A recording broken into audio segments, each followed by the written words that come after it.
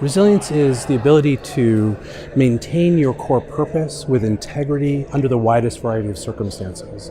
In an era where things are changing all the time, it's impossible to know what circumstances are going to be here moment to moment. We live in an era of surprise.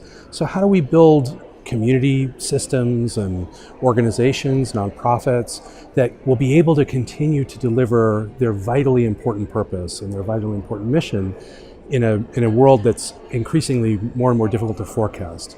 Another way to talk about that is that resilience is the ability to persist, recover, or even thrive amid disruption.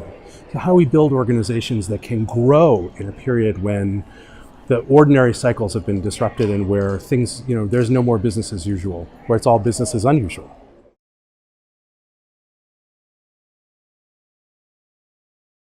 The nonprofit sector does critically important and often invisible work, right?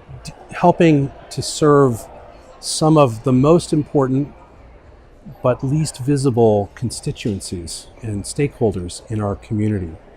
And those communities are coming under greater pressure. The social systems that we put in place to deal with some of our poorest and most vulnerable people are under now really significant threat. The burden on those communities has increased over time, and budgets have remained relatively flat. So organizations, especially nonprofits, are being called to do more, usually on thinner and thinner margins than ever before. And so the opportunities for the organizations themselves to become fragile, to become irresilient, has also gone up. So we need resilient nonprofits to drive greater resilience in the communities that they serve. And that's why it's become important.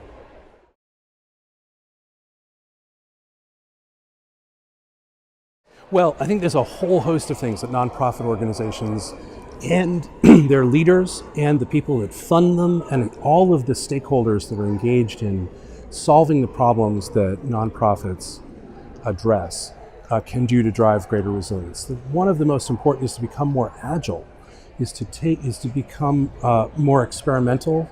The most resilient organizations place lots of small bets. They're continuously trying new things.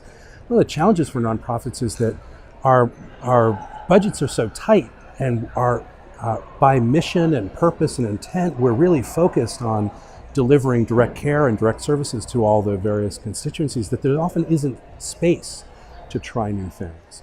So, the paradoxical thing is that in an era where the demands on us are greatest and we want to put every single nickel against the mission, it's that moment when we actually need to look at trying new things, embracing new technologies, trying new ways of exposing ourselves to new ideas and new approaches.